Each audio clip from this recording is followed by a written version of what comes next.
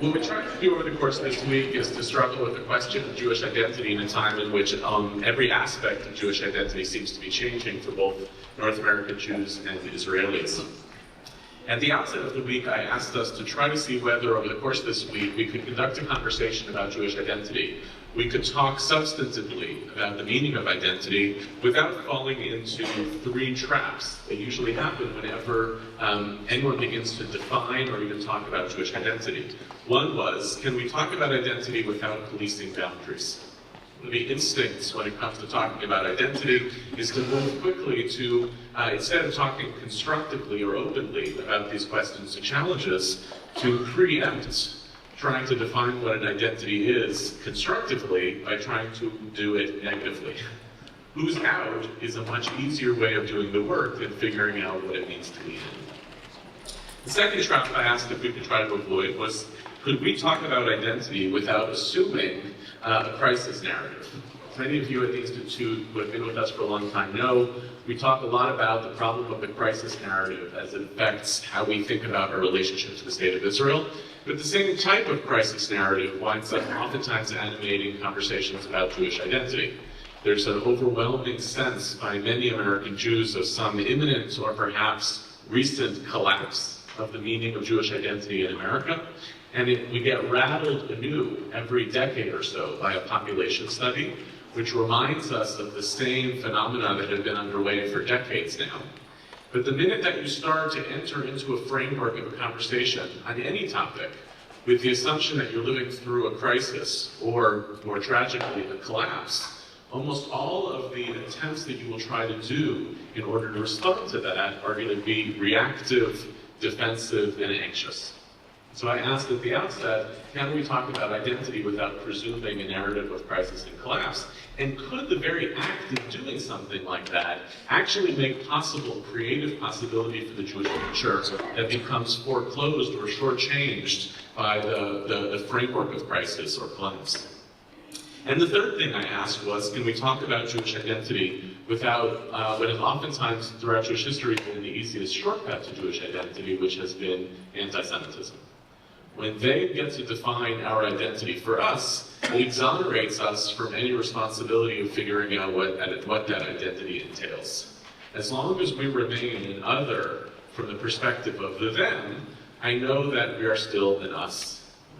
I don't have to fill the content of what that us is, because those boundaries get created by ghettoization, by anti-Semitism, and an otherness that's imposed from without.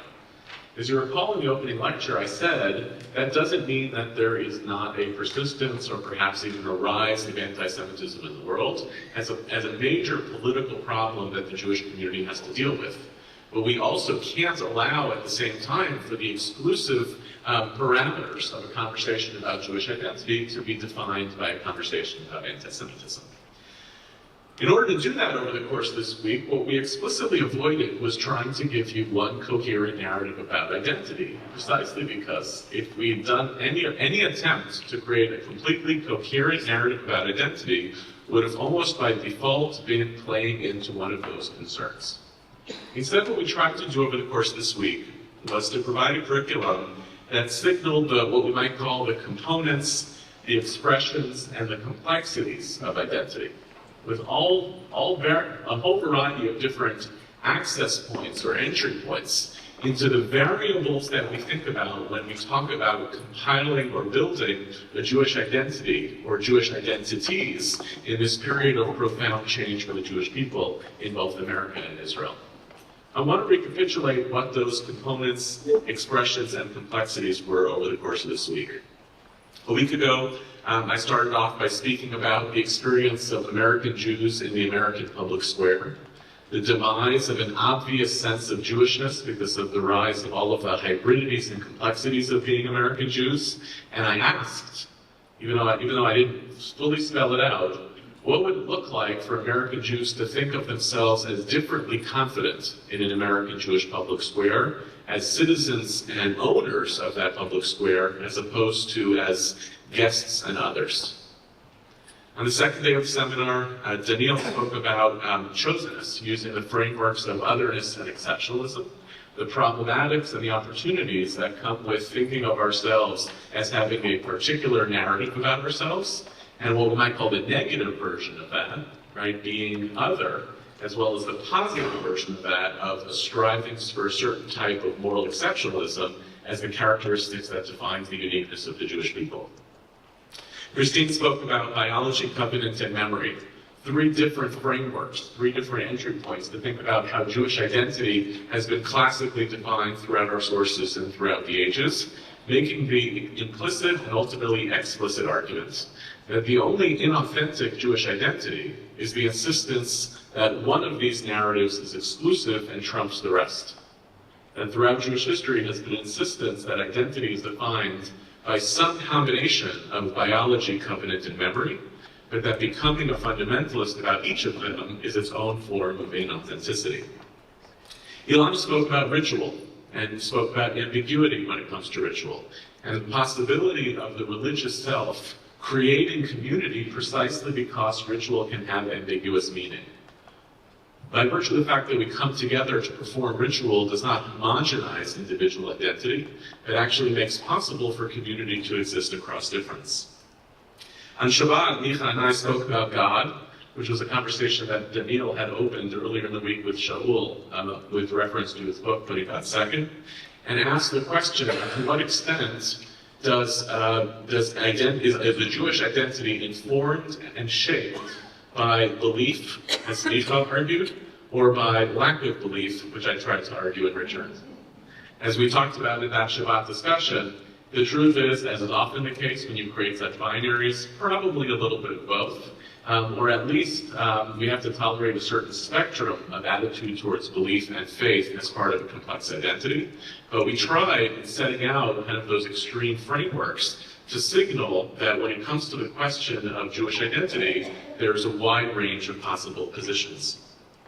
Rachel Kurazin spoke about Israeli identity, or I think the more accurate characteristic that she used, the title that she ultimately settled on was some Israeli identity, which is actually quite useful in reminding us, in as much as we've been having a Jewish identity conversation that largely operated through the framework of the American experience, largely because that's where most of you come from, that some of the same tensions about hybridity and complexity, some of the same challenges about being a multi-ethnic Jewish community are true not just of the American experience, but in many ways are intensified and made even more challenging by the Israeli context. And can the same methodological questions apply there as well? Can we talk about Israeli identity without defaulting to a kind of homogeneity of identity? And what I think Rachel was demonstrating through literature was the ways in which Israel consolidates the identities of many different diaspora Jews, and at the same time winds up becoming a place in which all of those identities continue to be expressed and defined in radically different and sometimes even competing ways. And Micha this morning spoke in some ways about counterculture. Especially with respect to time, and as a pushback against the kind of narcissism that is possible with a religious identity. That a Jewish identity, as understood in some of our classical sources, represents a standing against some of the other ways in which the world can operate ethically and morally. We blended into the context of this experience your Tiyulim, in which you saw some few extremely edgy aspects of Israeli artistic identity. Some of you confronted the phenomenon of Israeli Arabs as a component of the complexities of Israeli identity, and some of you encountered the land as a defining aspect of what it means to be a Jew in the context of the state of Israel, as well as many personal narratives and personal takes through our heart talks on the American Jewish experience as well as the Israeli experience. What I hope you take away from the combination of all of these is precisely what I said, which is components, expressions, and complexities in a period of time in which any defining narrative of Jewish identity would have been a tyrannical move on the complexity of Jewish life. It is one of the big takeaways that we have to deal with, is I want to step in to talk about Jewish identity, but I come out with much more of a plural sensibility of identity than I might have started at the outset. And one of the questions that I think we all struggle with is how do we, all of us, as individual leaders, as leaders of communities, confront a Jewish community and a Jewish conversation around identity that is defined so much by the pace and the rapidity of change? How do you stand in a moment of profound change where the same ideas about identity, about meaning, that were true of Jewish life only a half a century ago are simply not true in the prevailing circumstances today? And how do we lead our communities confidently through a period of change? Recognizing that the two impulses, when people live through change, don't really help us. One of which is to have your head spinning. That doesn't really help. And the other is a kind of defaulting to a conservatism, a nostalgia for a time at which these categories were much more clear, which is useful in being able to remind yourself of happier times, even though the past was never as happy as we think it was, but is not often particularly useful in shaping an agenda for a future Jewish community. How do we actually stand together or individually in the context of our communities, knowing of all of these complexities and hybridities of identity, all of these characteristics, all of these forms of expression, and go back and say something meaningful and live something meaningful when it comes to these questions of complex identity? And to do that, I'm going to ask first Elana and then Donniel to share some concluding thoughts on some takeaways that we each might have from this seminar. Again, not to wrap anything up neatly in a bow, but to give us something to take with us. And then we'll open up for your questions and comments about this seminar. Good morning, everyone. Oh wow, you really do that very well. It took 7 days, 8 days, we got it down. So speaking of change and head spinning and everything feeling different every year, maybe if not every few months, some might say that I'm married to the college campus. And I'm married to a specific college campus, which is Columbia University, Columbia College, and Barnard College. And the reason I'm married to that campus is because as a student, I was on that campus from 2000 to 2014, both as an undergrad and as a grad, don't worry.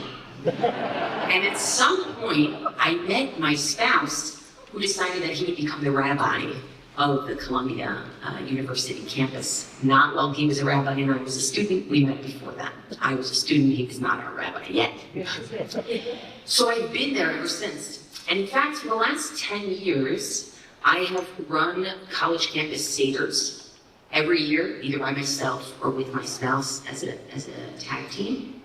Or I've had people in my home of various faiths, of various political leanings, of various interests that change year by year. We live in this change all the time, actually, my spouse and I, by virtue of our engagement with students. And I want to tell you a particular story that felt radical to me at the time, but doesn't feel radical to me at all anymore, and crosses the boundary that people may be uncomfortable with, and I was certainly uncomfortable with at the time. When we run a Passover Seder, we run it not knowing who's in the room. We try to find out. There are usually about 120 to 150 people in the room, so you're not going to know who's actually in the room. And one year, we asked people about when they felt liberated, when they felt truly free. And a woman raised her hand and stood up and she said, "Actually, I feel truly free right now." We said, "Why?" She said, "Because I am a non-Zionist Jew and I have never felt comfortable in this building before." And I thought about that, and this was before the open Hillel and closed Hillel debates. And I thought about that and I said, what? I never would have met this woman had I not been here. And I never would have had her at my Seder had I not been here. And I may never see her again. But that moment of confrontation, and confrontation meaning actually having to confront another human being, and having to confront ideas that are radically different from my own, but someone who's saying, guess what, I'm in your community, I'm at your Seder, was eye-opening. It made me realize that it made all of the work that I do as like an extra spouse on the side there really, really worth it. And I say all this to comment a bit about this week. many people came up to me at the end of sessions and said, okay, now what do I do about X? What do I do about this family member? What do I do about these people who don't accept me? What do I do about this policy at shul? What do we do about our JCC, our federation? And that's a very natural impulse, and that's an important impulse. And one of the luxuries that I had being at that Passover Seder is I didn't have to make any policy choices. I could just hear everybody, we all eat some matzah, make the same funny face, and leave. But when you have to make policy decisions, there's often an impulse to say, well, let's jettison the confrontation. Let's jettison the learning. Let's jettison the conversation. Let's go straight for policy. And I want to say that what I think we did this week, and we did well, is we created and I mean all of us together, we created a non-normative space. We created a space that wasn't going to tell anyone what to do or how to do it. We created a space where we confronted ideas, where we came into contact with some ideas that we agree with and some ideas we disagree with. So in the famous argument in the Talmud between two rabbis as to whether the Talmud, the learning, the study, or whether the ma'aseh, the action, is greater, what we learn is actually the Talmud, the study, is greater shemivi lidei ma'aseh, because it brings to action. Now I want to unpack what I think that means in context of what we're doing here, which is the kind of action, the kind of policy, the kind of performance that we do in the world as heads of our boards, as rabbis, as lay leaders, as parents, as siblings, as cousins, is so much richer and qualitatively different when we have spent time in the crucible actually debating it and discussing it. Actually talking about it before we go straight to the policy of what do we do and how do we do it and what decisions do we make. Let's talk about it first. Let's argue about it first. Let's think about it and confront things first. And that's what we try to do here. And the question is, how do you bring that home? And I actually think the way people bring that home is through dialogue and conversation, which is what are the conversations before the conversations about what's our final decision going to be? Another question is who's at the table for those conversations? There's a movement now of no conversation about us without us. Who are we letting sit at our table to have those discussions? And that's not to say that everything is going to be hunky-dory and kumbaya and everything's going to go okay. As you saw from this week, that's not the point. The point is to start having the conversations so that when we do have the responsibility to make the policy, that responsibility is accompanied by deep thinking. Deep thinking that includes all of the stakeholders. And I hope that if there's one of the many, many wonderful things that you walk away from this week with, is the ability to have that conversation that you've been meaning to have that dialogue that you thought you just had to talk about but couldn't actually engage. We did. We can. Nothing imploded. In fact, from what I saw, people felt incredibly held by the non-normative space and incredibly empowered by the learning space and the ability to confront tension on its own terms for a minute before we have to make that bottom line decision.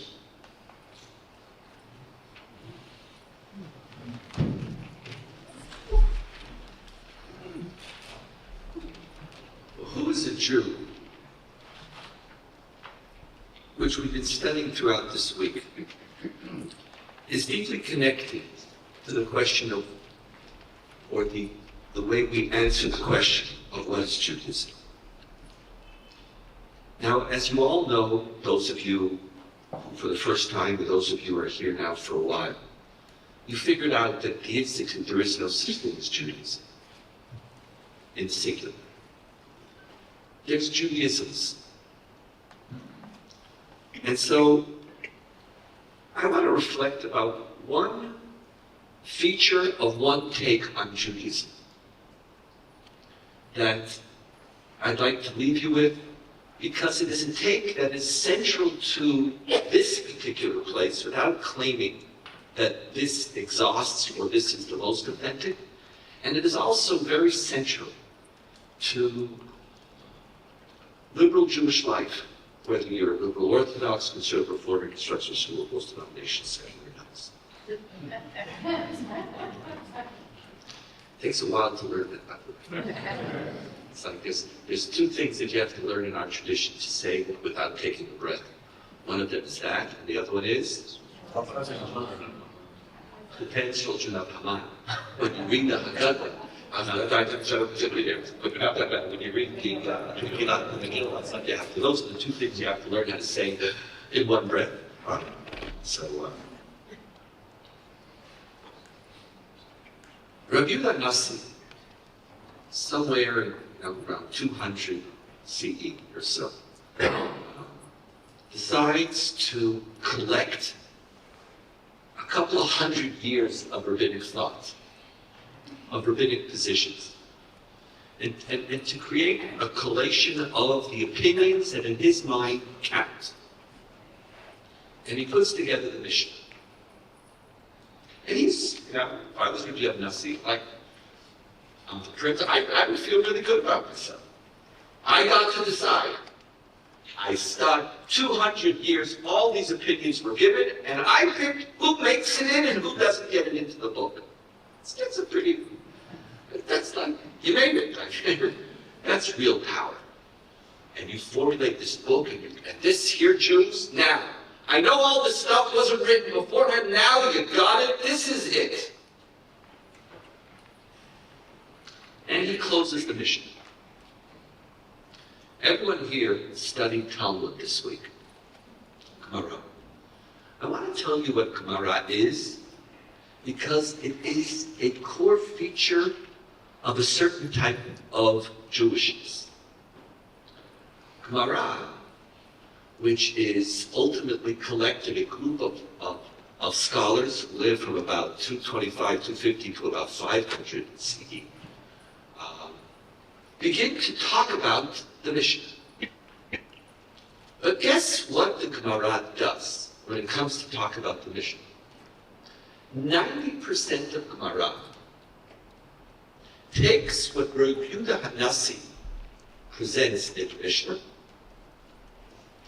and juxtaposes it with all those opinions that he discarded. These opinions get collected in our tradition, either in a body of work called Tosefta, which are known as the additions, or they remain fragmented and called Braitot, ultimately being remembered in our tradition not through a collection, but through what these later rabbis remembered, because once they got Rabbi Yehuda Nasi's book, they didn't stop thinking that that's the only book they should read.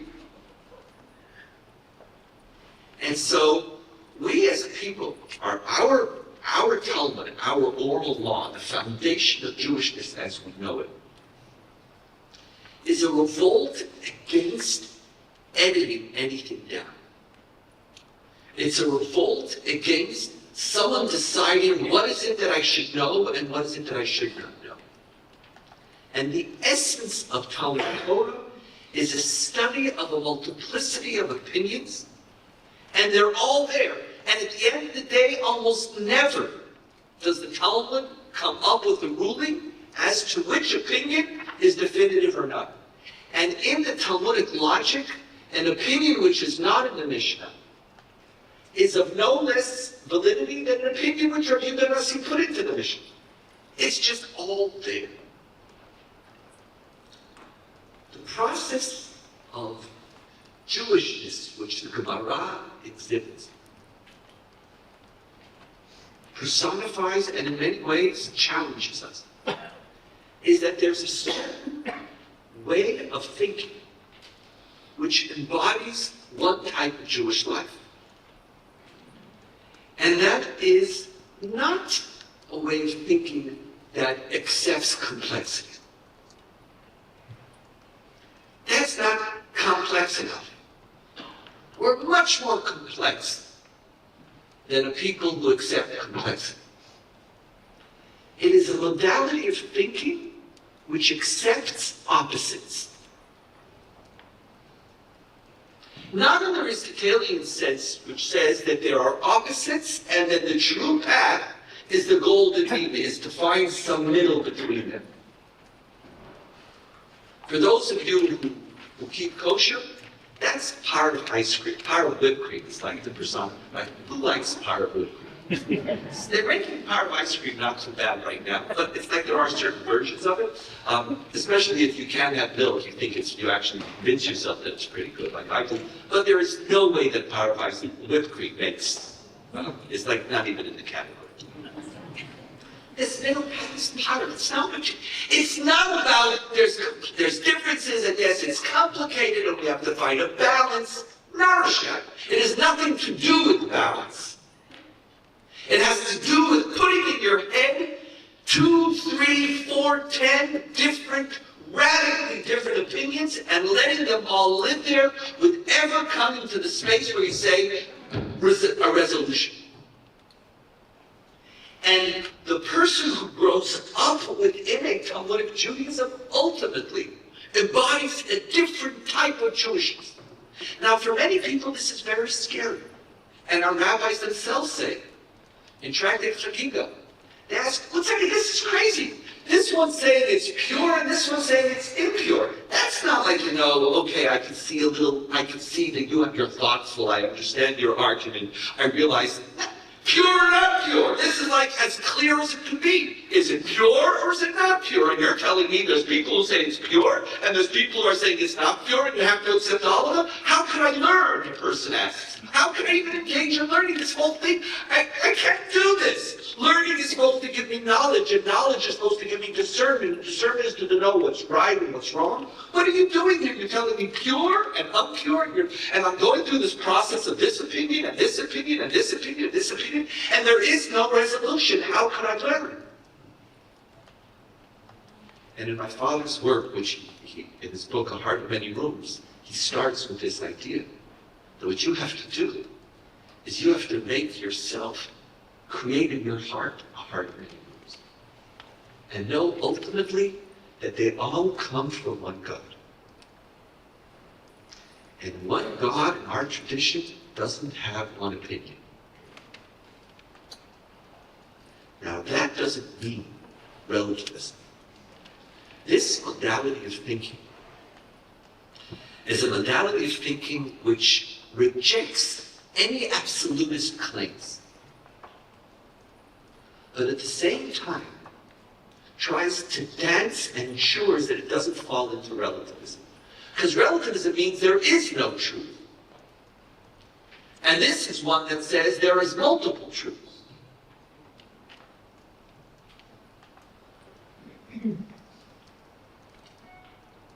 I'm not making a claim that this is essentially Jewish. And I'm not making a claim that this is Judaism. But there is a feature of Jewishness which is increasingly predominant in certain houses of study. Where to be Jewish is to think in this way. And that's part of the way we understand the community that we would like to live in and the community that we yearn to live in. But this notion of Judaism as a way of thinking and the process that you've gone through this week requires, I believe, one additional step. But now if you cognitively embrace this modality of thinking, you're ready for this step. Otherwise, it would be chaotic and it would undermine the whole story. Now you're ready, okay? We are people who live intellectually with these opposites at the same time and don't need to resolve them. It's just there. And to be able to see them, to think them, to appreciate them, to navigate between them without resolving them or resolving them very differently in our lives at different times is is a Jewish way of being in the world. Not determined by what you eat, and not determined by your Shabbat, and not determined by what you believe. In fact, all of the above are shaped by this modality. But this, call it this mess. Judaism has mess in a certain sense. And by the way, that's why our tradition never succeeded in the world. It's not meant for it. Really isn't meant. Most people are going to stop at the question, says, what do you mean pure, not pure? Give me an answer. And if you try to say, yes, these and these are the words of the living God, it's like, lost me. Give me a religion which is going to give me an answer. And some people have not created Judaism which provides that. But it's not an accident that Judaism always remained a religion relevant for a smaller number of people.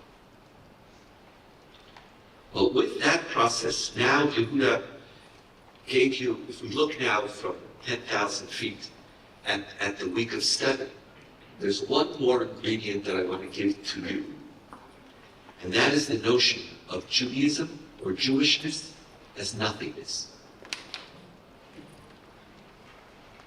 That the sum total, if somebody comes to you and asks you, what did you learn at Hartman? The answer is nothing.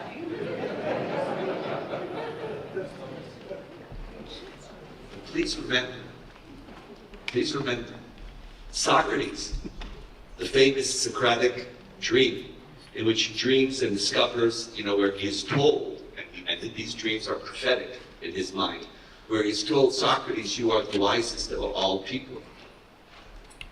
And Socrates says, how could that be? I don't know anything.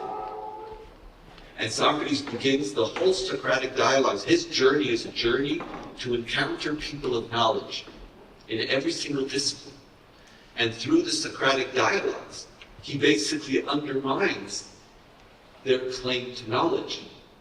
And so they don't know either until at the end of his life he discovers that he is the wisest of all because he's the only one who knows that he does not know. So to come home learning nothing is actually a big deal. But there's a little twist to it. There's knowing nothing, or knowing that Jewishness, there is a sense of nothing. One dimension of this is to say there's something that I can't know. Or that I don't know. There's an answer out there, but I just don't know. Maybe human beings aren't even capable of knowing. That's a similar notion of the nothingness of Maimonides and the knowledge of God. That while the knowledge of God is the ultimate telos of Jewish life, you can never fully know God because the human being is incapable of knowing. There's nothingness, and that is what you can't know. But there's another dimension of nothingness, and that is it's unknowable. Not that you don't know it, and if you tried a little harder, but there is no answer to it. Jewish identity is not a personal, individual identity. It's not about you, and it's not about what you feel, and it's not just about your experience. It's an identity for a collective of people who, by definition, are different from you. And one of the great tragedies of Jewish identity conversation is that we try to project that which we think about ourselves and define it as that which others ought to be. And while that is a disease in any generation, it's particularly dangerous in a time when we are encountering people who are crossing any boundary before we're even able to clearly articulate. So how do you build a people with boundary crossings? How do you build a people? And how do you conceive of a collective in which there are individuals who are so dramatically and radically different from each other? And every time you try to contain it and you think you've got it right, someone slips through your fingers. How do we as a people contemplate over 2 million non-Jews who are growing up in Jewish families, raising Jewish children, and seeing themselves as Jews? Nothing in our history prepared us for such a conversation. We're now used to intermarriage. That's easy. 20 years ago, there was no, what's your opinion about intermarriage? Who cares what your opinion is about intermarriage? What do I care what your opinion is? You have an opinion about intermarriage? Really happy for you. You have an opinion about intermarriage? The Jewish people are intermarried people. It's like we're in another place. Should you intermarry or should you not intermarry? That's yesterday's conversation. 70% of the Jewish people are intermarried. That's us. The strange people are the ones who aren't intermarried. What's wrong with you?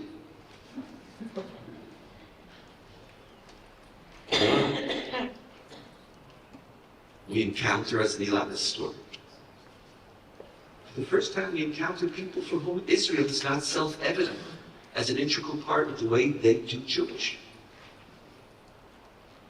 People believe in God, people don't believe in God.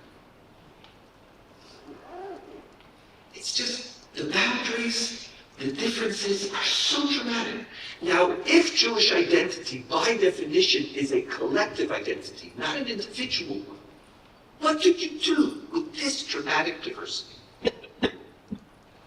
What I would suggest is that an essential part of the answer that we give to who is a Jew is the answer, nothing. Now, if nothing gets too big, then being a Jew is nothing. And then it's over. You can't build an identity out of nothing. An identity is the antithesis of nothing. An identity is something. Something. Give us something. And part of what we try to do is to give you multiple answers of what that something is. But after you have all of your answers, and after you even have all of them, Jewishness is not the sum total of the answers that were given. There's another stage that you have to allow into this mystery of this people. And that is the factor of nothing.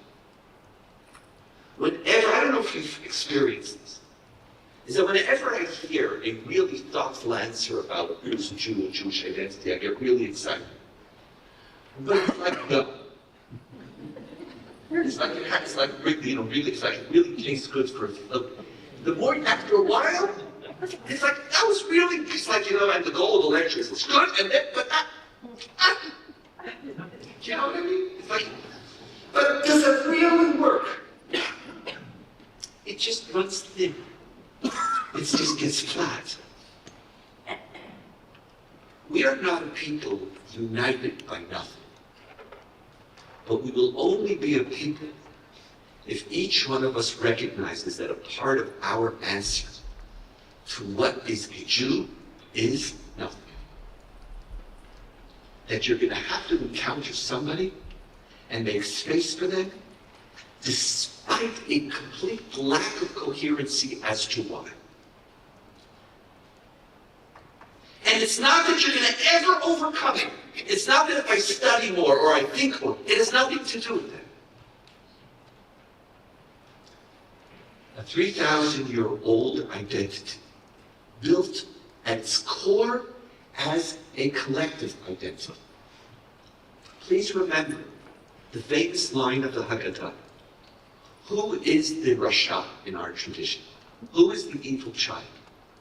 Not the person who doesn't believe in God, and not the person who doesn't keep Shabbat, or doesn't keep kosher, or doesn't accept this or that principle of faith.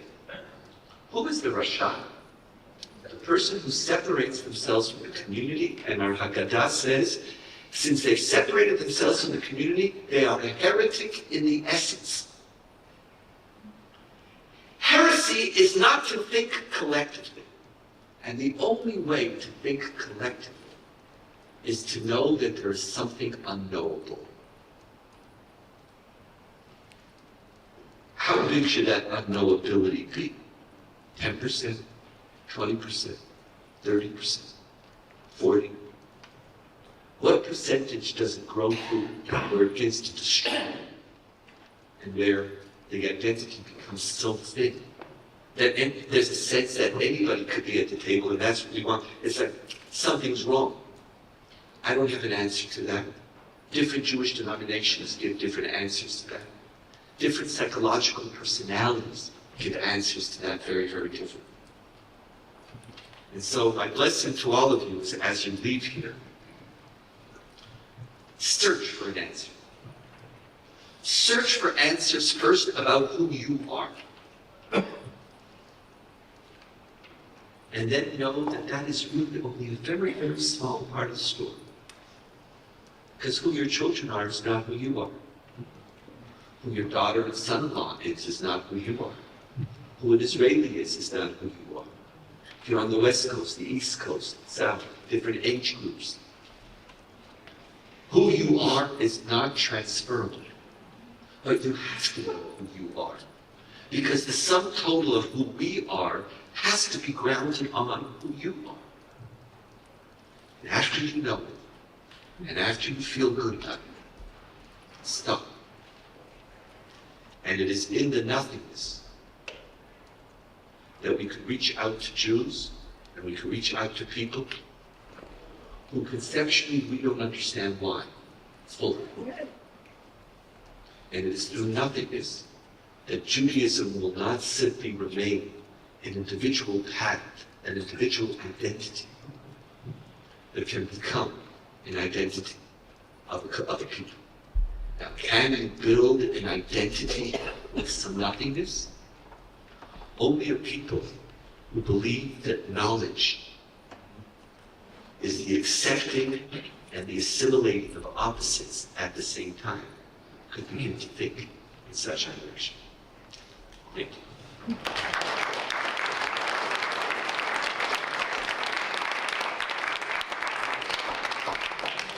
Love to take some questions. Yes. Stand. This is for Donniel. Will you tell us your name and what you're doing here? Everyone wants to meet you. My name is Daniel. I'm an intern here this summer.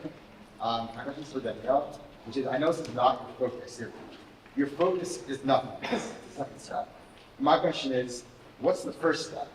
As in, as somebody who believes that analytically nothingness is correct, how do you choose your something? As in, is it just based on how you grow up? Should you choose based on how you analyze Judaism and you think was correct? And how, if it's the latter, then how can you believe in nothingness really if you think, well, it's not just how I grow up. I really think this is my time. I'm in this denomination, I'm not denomination. So what is your nothingness? Great, and I think the answer here is what Elana suggested. I think that's why in our plan, my remarks only make sense after Elana's and after Yehuda's. Because Yehuda starts by saying, let me tell you the spectrum of ideas that we tried to study here, and let me tell you what I tried to avoid, because I don't want those answers. And Elana comes and pushes and says the notion is that a Jewish identity process has to begin with the study of Torah. My remarks come afterwards. And each one of our remarks builds on the other. It's not meant to replace it. And as I said, you would have to start by who are you? You have to. Because the collective has to make room for you. It needs to be a place that you want to live. But then at some point you have to know that the collective is not you. Now that doesn't mean you have to become the collective. So at some point, again, I don't know your denomination. Let's say you're Reformed. And egalitarianism is essential to a moral life in your consciousness. And you're looking at Haredim and you're saying, I don't know what religion they belong to.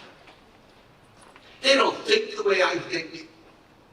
Instead of embracing complexity, they want clear answers, there's clear systems of authority. They have a different Judaism than my Judaism. Part of the process of going from you personally as a Jew, as a Reformed Jew, to making room for the ultra-Orthodox and Orthodox within the system is after you know who you are, you can then listen. Now, part of that process will be, okay, I can see there are multiple answers. There's covenant, there's memory, there's ethnicity. I can see they're right. But there's also going to be a point that at some moment, nothingness has to come in. Nothingness can't be the first stage, because then it's destructive. It's that which enables the completion of your process without destroying the collective identity of the Jewish people. But it starts with standing somewhere, learning, thinking, knowing who you are. You're again, I had to assume your denomination as from a pedagogical perspective. I'm also going to assume your age, and assume that you do not yet have teenagers. Again, I don't mean to judge. I hope, what do they call this? It's a trigger warning. It's Yeah, a trigger warning here. now, and I didn't mean for this to be a microaggression in any way. How are you creating safe space? What? It's a safe space. That's right. Safe space, we're all good, even within all of that. But it's part of what happens.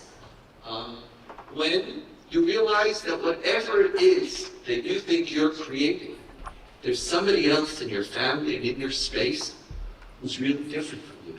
And at some point, it's not about agreeing, and it's not about finding a category to assimilate. It's just accepting that you don't own the category, and that there's a feature to being a Hartman. What's your last name? Schwartz. There's a feature to being a Schwartz that's just not ever going to be defined. That's where nothing will come. But the great fear is, if you start with nothing, or if nothing gets too big, then there is no there there. And as we always say, if there is no there there, why go there?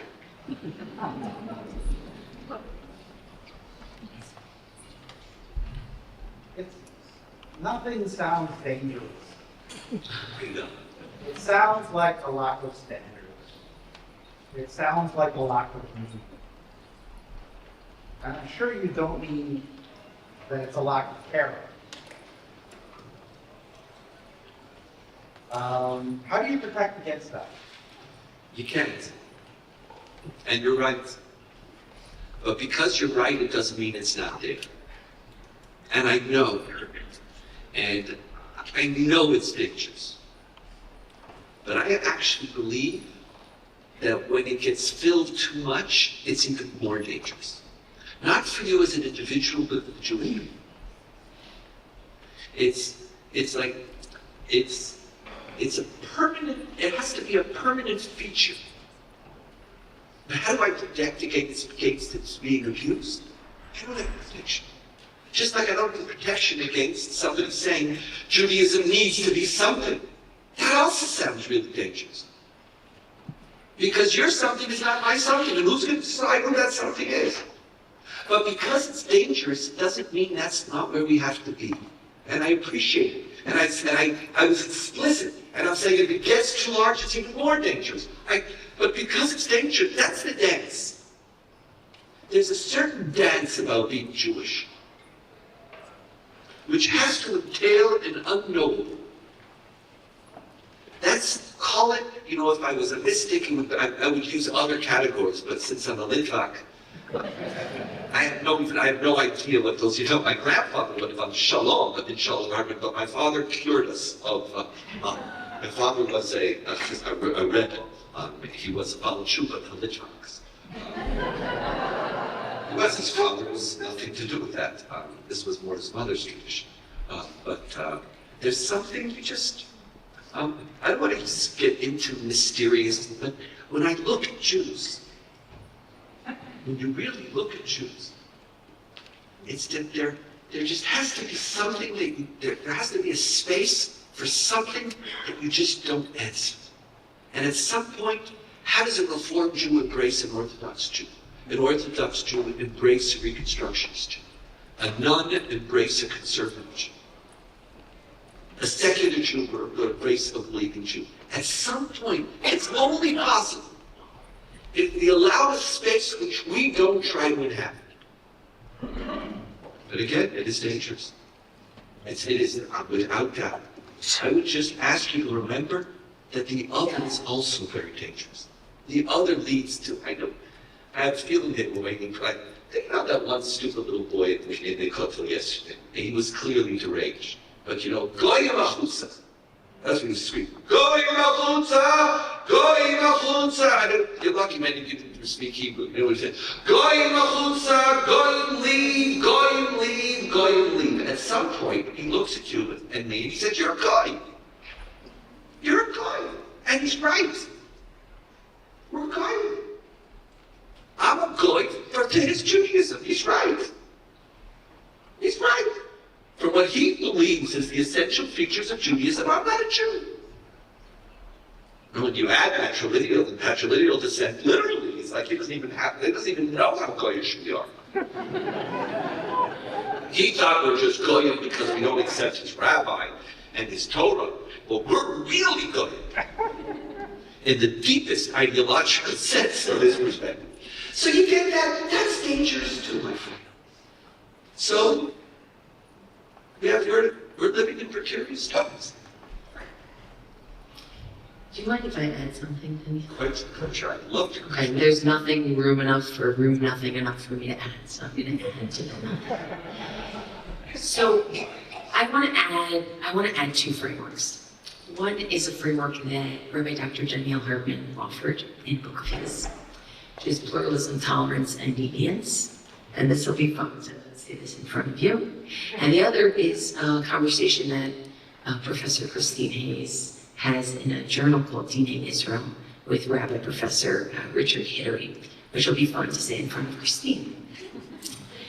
So let's talk about pluralism, tolerance, and deviance. Donniel offers in his book that pluralism is your idea is just as good as my idea is just as good as your idea, but we go our own ways and we do our own thing. Tolerance, my idea is better, but I'll tolerate your idea.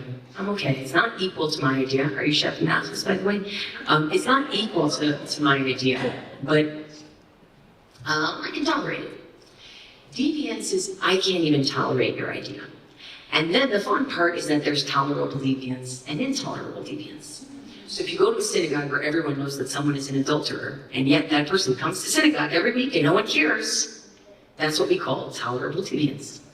Deviance. If we talked about it, people get upset about it. People would want that person not to be necessarily around. But if you have a child molester, God forbid, in your environments, that person would be intolerably deviant. I'm not wading into that at all. You two can continue the conversation, but you're right. No, I will wade into that sometimes. You're right. Let's have some integrity. I'm sorry about that. My quest for a laugh overcame my integrity. Thank you. So that's one thing to think about. And one of the things where, Donniel, I think you and I probably disagree about this, but one of the points that Donniel makes is that if a certain percentage of Jewry is doing a certain thing, it can by definition become known as intolerable deviance. Right? I disagree with that. But I think that is actually helpful to start thinking. Like, this is the framework in which this conversation about nothingness is being had. Which is, who are the people you will allow in the room with you, and the people who you won't, and how expansive is that? And how much is that about you needed to take up the space versus allowing other people to enjoy that space, to join that space? That's one. Another is a conversation between Chris Hayes and Ricky Hittery, which is about the question of pluralism from a totally different vantage point. Which is, you can talk about pluralism as practical pluralism, which is to say, you can do this and I can do that. You can also talk about pluralism as theoretical pluralism, which is, I think there's truth to what you're doing, and I think there's truth to what I'm doing. Those are two different kinds of pluralism as well. So some people sitting in this audience might say, the nothingness paradigm is about, I need to see truth in everyone's truth. And other people might be sitting in this audience saying, I need to practically be able to not throw a chair at someone because they do theirs and I do mine. And those are different ways of taking it. So I just want to point out that there are multiple frameworks, there are multiple filters that people have in this room for hearing what that is. And I think it's important for us to, embrace that. And how do you filter what was said here? Right? So that's my piece. Yes. Maybe I'm overthinking this too, but I think those of us who have come here and all the other participants over the years who have come here are in a unique place in our time, in our community, and things change. But and again, looking to have come here to get some balance or direction, are we in danger of overthinking something too? I mean, forgive me for asking this, it's probably been said at times everyone may or may not be thinking about, but when you overthink something that you turned it into a nothingness, it's a cost. It's no longer, you've so delved into it that it becomes just a single atom that you cannot see the totality of a picture. I think it's definitely possible to overthink things. I don't think we're even close. And I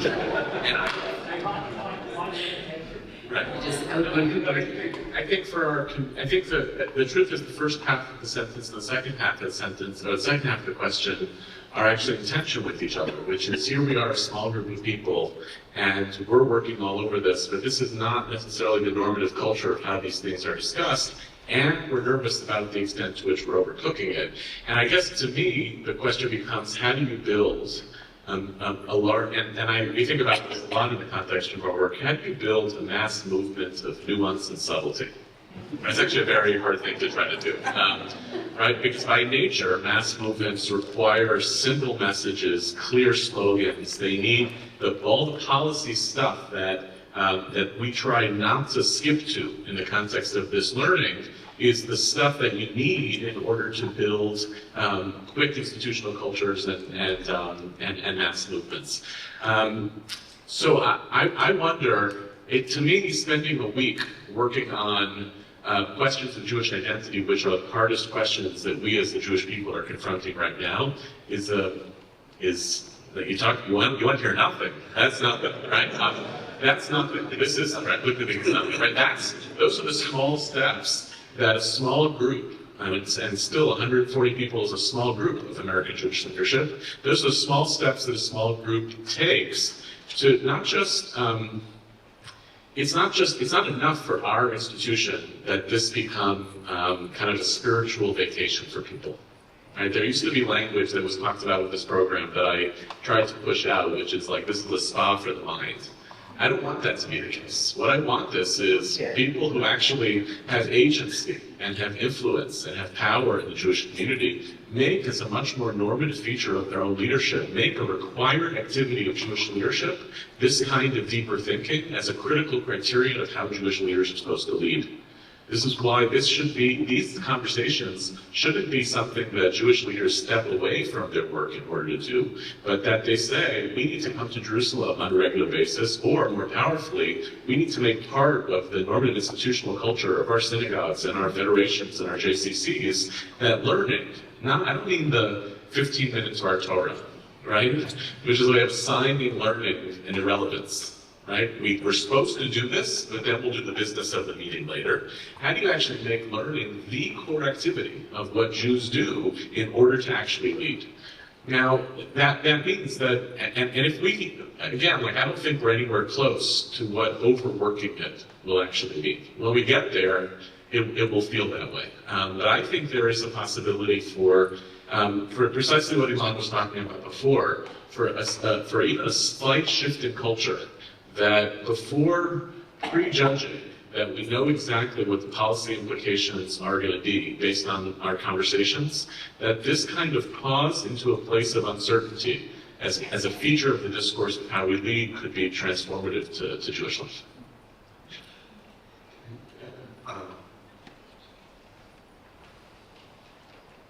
I don't want to, but I want to get a little provocative. And this is on the side of what Yehuda said, what Yehuda basically just outlined, is the whole business plan of the Shalom Hartman Institute.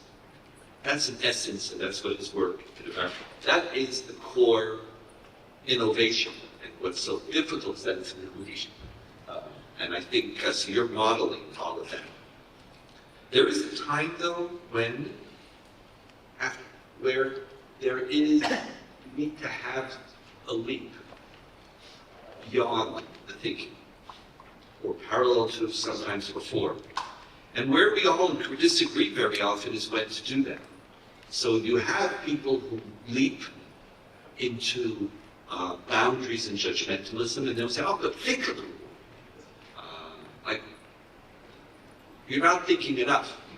Now, we judge each other as, are you thinking enough or not? But part of the Jewishness that I would yearn for, see, I would love for my shul to be a shul that Christine would be a member of and her son would have a bar mitzvah. How? I can't tell you. I don't want to think about it. It's just for me. That's what should be. And I don't need Christine to be Jewish to have a chayil. I don't need, I do need her to pay membership. And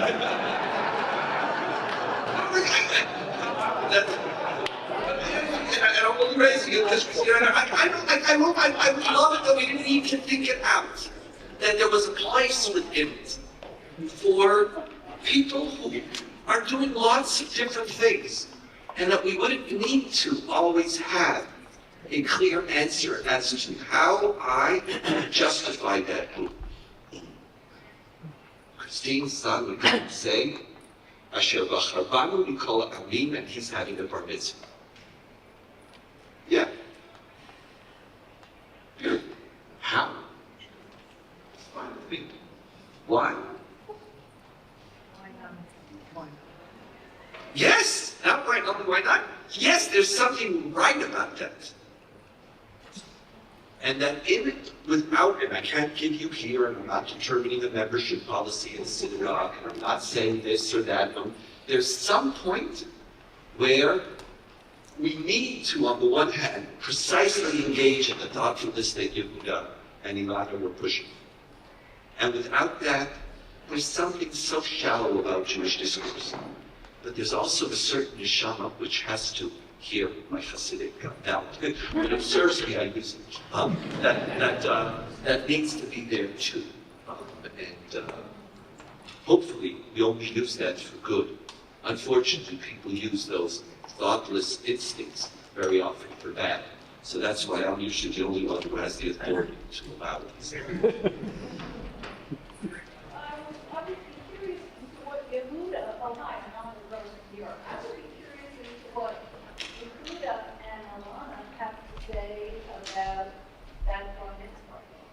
I'll leave it alone. I don't know if I'm going to. I don't know if I'm going to stop doing it. Your choice. I want to put you on the spot.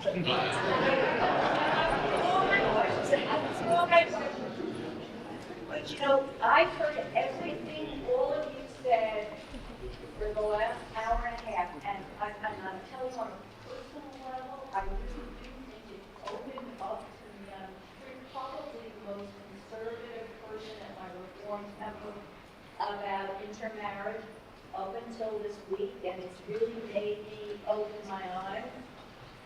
But that last time, you knew it was provocative. So there will be a time that it's so withered down that your nothingness is an informed knowledge. It's an informed nothingness. If you come to the nothingness only with the knowledge, how many generations till the knowledge is gone? It's logical, it's right. Okay, so let me, I'm not going to ask a halachic question and go into that line of work. But here's how I have come to think about this issue. I would like to see a way in which we we try to foster 3 totally different definitions for our communities. And I'll give you 3 different words. We could probably come up with even more. Of the difference in definition between Jew, member of a Jewish community, and member of the Jewish people.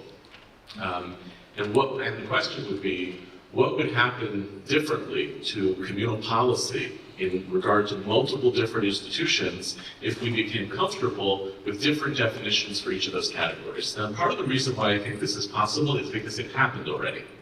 The overwhelming majority, for instance, of American Jewish members of Jewish community, members of Jewish community centers in America are not Jewish. So we've already signaled that our community institutions can have members of the Jewish community who are not Jews. We have already set up in the framework of the State of Israel the possibility of people immigrating to the State of Israel through a framework of a law of return, which is essentially built around a notion of the Jewish people, which makes room for people to make Aliyah who are not halachically Jewish. In the State of Israel, already back in 1948, established that there's something different between being a Jew and a member of the Jewish people for the purposes of the right of return. In other words, we're already playing in a terrain in which our formal institutions and our informal institutions have totally different definitions about Jew, member of a Jewish community, and the Jewish people. If you want to add on to that, we could also say patrons to Jewish communal life, partial members to different Jewish institutions. Personally, I want to belong to a synagogue which has a particular halachic definition of who counts as a Jew for the purpose of that synagogue. But I have no interest whatsoever in trying to advance the vision for Jewish communal life in which every other synagogue or every other Jewish communal institution is defined by that criteria of membership. Because my own spiritual needs of belonging in a synagogue which has a particularly high level of a barrier of entry is useful for how I want to daven. But it's not necessarily useful and oftentimes really destructive for who I want to engage with as broader members of the Jewish community.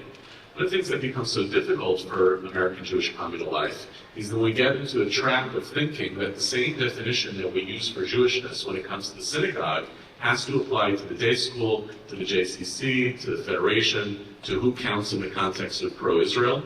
And we wind up with this very weird cross-contamination where one set of definitions is actually deeply damaging for a culture in which our approach to membership and belonging could be much wider once we recognize that these institutions are playing in different games.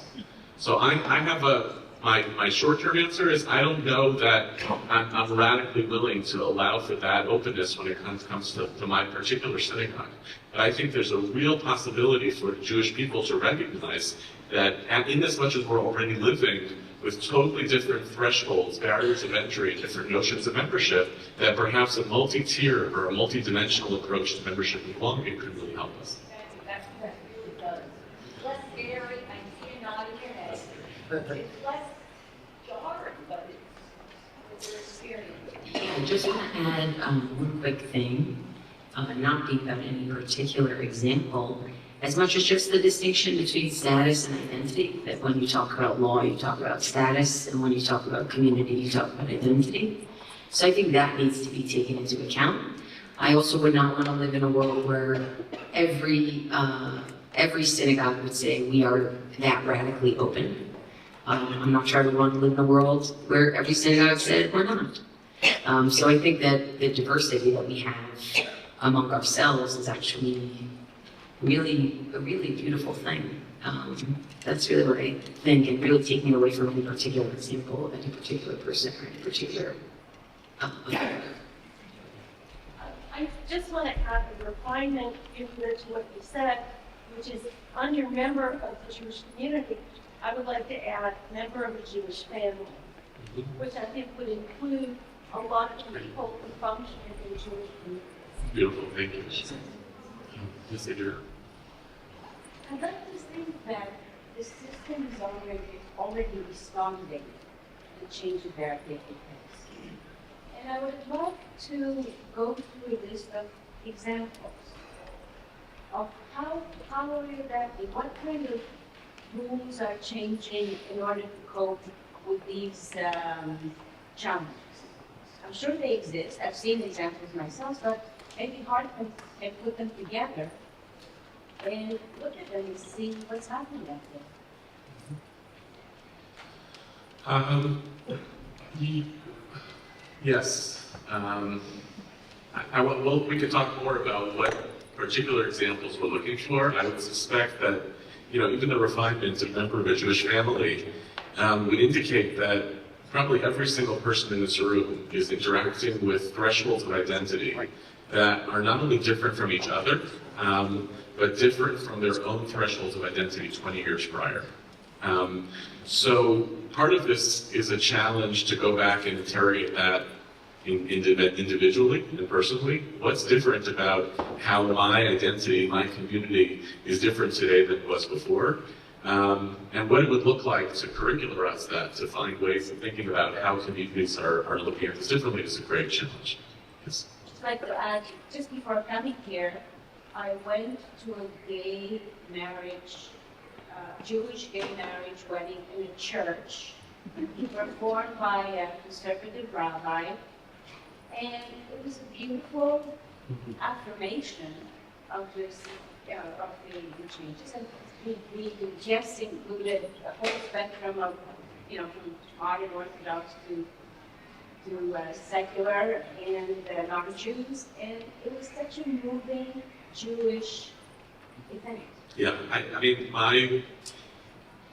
don't think I mentioned this when I spoke, but one of the critical moments that we're going to look back on in American Jewish history for the changing tide of American Jewish life was the New York Times front page cover above the fold when Chelsea Clinton got married, which signaled that the whole conversation around intermarriage was now in a totally different place because the social commodity of Jews has changed.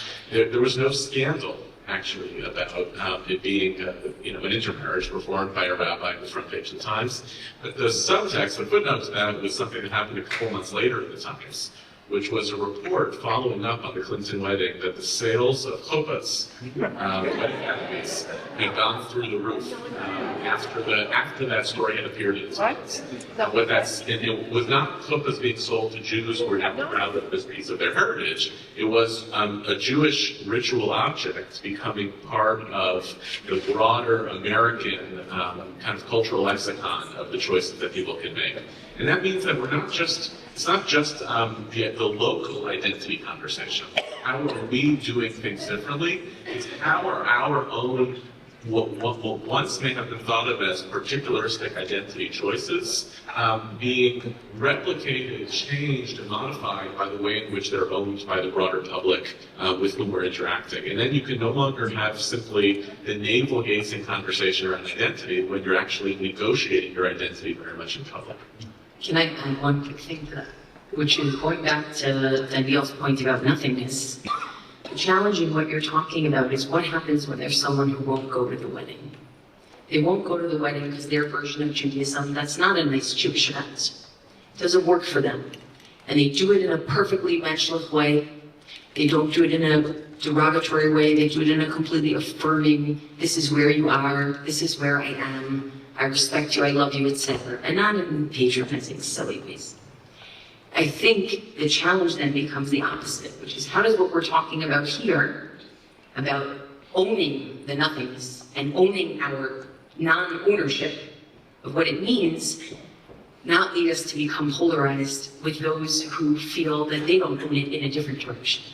And I really want people to think very, very carefully about that, because I would be irresponsible if I didn't bring that up to my own self and the way that I think. Thank you. Great thing said, Diego. So what I would like to do is to move the conversation beyond just the spa to activism and issue a challenge to all of us in this room that we can be incredible change agents in our communities, and the language that we just spoke about bringing complexity and nuance to each one of our institutions.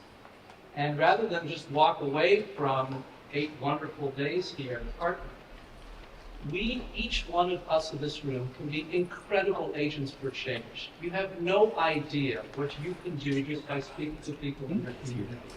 And if you want to see this conversation elevate Jewish life in your community, do it. And I think that that will invigorate all of us so that when we walk away, rather than just going through our notes, that we actually come back next year and say, you know what, this is what we did. We engaged young leaders, both on the professional level and the lay leaders, and look at how the conversation has changed. It's not just up to you wonderful people at the faculty. So I just wanted to throw that out for all of us as a challenge.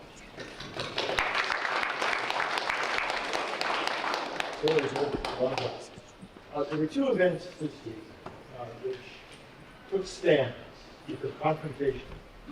One was Donniel's place on July 2nd, where you can express target, obvious comments. And the second was yesterday at the Kogod. And these two events, in my mind, it has to be something that changes the theory, the nothingness, the agency. And with the thought in mind, of course, is how far can I push this before it becomes an agent of fragmentation? I'll let you comment. The truth is, I don't know. I really, really don't know. And it's a great question and it worries me all the time. And you're right. I remember people who didn't like my father used to accuse and say this place was dangerous, my father was dangerous. And they say, because he asks questions. And they're about giving answers. So you should. And so it's true. I know I'm dancing on an edge. And I know in many ways I personally couldn't be a rabbi in a shul. I couldn't be. And I think for the sake, and precisely because of the beautiful distinctions that Yehuda was making, and I don't put myself in such a position, and I don't profess to say, that's why one of the nice things about learning in Hartman is that I'm not asking you to be part of our shul. I'm not asking you to be part of a denomination. I don't belong to this denomination either. It's like, there is no, that's not what it's here. And so intentionally, it does push to certain places, and and all these questions, and where does it cross the line? All of these are very serious questions, which we at the end of the day need to answer very, very differently, as you would have said, within the family, within the context of a synagogue, within the context of a denomination that we belong to. The only thing that the Hartman Institute tries to push is not to change the shul, other than the way Ray mentioned. That yes, go back. There is a level of Talmud Torah that Elana is pushing for, that when you elevate that conversation, it's in a completely other place. And what happens when, before we go to policy, we actually just think and talk? The part of the Hartman Institute, and it's symbolized by the fact that we don't have prayer. We don't have prayer here. We talk about God, but we don't have prayer. That is, we don't think that Jews should pray together. I don't think Jews should pray together. There's no foundation for us to pray together. There's too many real differences that we have. That for us to say, come on, let's pray. We can't pray together. But we can learn with each other. And we can learn from each other. And the move of, I don't have an answer for all the Jewish people as to when is it going to become too fermented, when is it going to become dangerous. I know, I dance on that line all the time. And it's true, because part of my own biography and experience is I've lived the dangers of the other side. I've lived them, I've seen the pain and the harm that they cause. And so at times it tends me that I could be more reckless, precisely because I'm not a rabbi or shul. And so I know it's there, but this is a place that yearns for Jews who are going to go back to their synagogues and give their own particular different answers, to still be aware of the fact that there's another shul out there. There's another shul, there's another place which is giving another answer. And do you have a place within your shul to recognize that that's a shul too? I know that that's the shul you never want to go to. I know that, but it's still a shul. It's still there, and part of our learning experience is to create that space. So like, when I say whatever I say, I never intend to say that's what you should do. That's just not in my culture. It's not in the culture of Hartman for any teacher to give a ruling for you. The job is to put out thoughts so that you think, and at the end of the day, sometimes we're going to cross the boundaries and we'll have to make corrections. And sometimes our boundaries are going to be too strict. And that's the dynamic of the life. And that's why you have to put on, that's why you wear sequins. Last question, yes.